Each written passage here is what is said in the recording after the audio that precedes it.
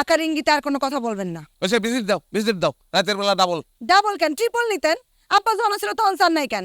সকালে ভিজিট নেবেন। আরে এখন থেকে সেই শুরু করেন না, আপনি ভিজিট করতেছেন। ওরা আনো এদিকে, ধরো সাউন্ডটা ধরো, বহো, মুখটা ধরতেই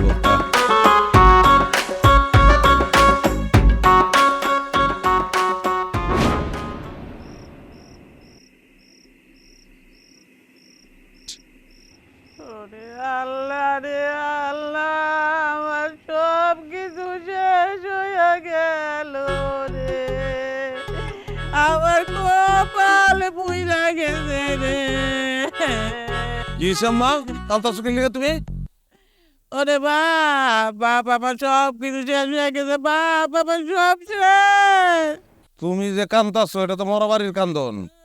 বাড়িতে আছি আমরা তিনজন, তুমি আমি আর আব্বাই, আমরা দুজন তো হাজির। তাহলে কি আব্বাই মরে গেছে নাকি? আরে দুরু কি কথা কস, কথা কইস না।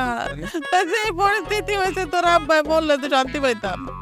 তোর আব্বা আরেকটা বিয়ে করার সিদ্ধান্ত নিয়েছে। ওরে আল্লাহ রে রে, আমার সত্যি নাইতাছে, আমি কেমনে সহ্য করবো? কি কইরা তুমি? গার রক্ত তো গরম হয়ে যেতেছে। আমার মতো একটা কৃতি সন্তান ঘরে আছে, তার লজ্জা করলো না সে আর একটা বিয়ে করার ডিসিশন নিচ্ছে। এটা তো আমি কোনোভাবে এটাই দিব না। তুই তোর বাপের বিয়ে ঠেকাইতেও পারবি না। এটা অবশ্য ঠিক কইছো, কারণ জ্ঞানীরা কোনোদিন মূর্খদের ঠেকাইতে পারে না। হ্যাঁ, কিন্তু মূর্খকে রাজত্ব বেশি থাকে না, গতিতে থাকতে পারে না। তুমি চিন্তা করো না তোমা, বিজয়ী তুমি এইবা কেন না? আমার সতীন আমি ঠেকাইতে পারুম না, আমার সতীনের লগে সংসার আমার করতেই হইব। আচ্ছা, আব্বা যে হঠাৎ করে এরকম একটা বিয়ার সিদ্ধান্ত নিল, তার কারণটা কি কত?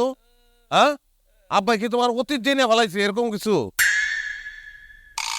আমার আবার কি এর অতীত? তুমি মানুষরা অতীত থাকতে পারে না।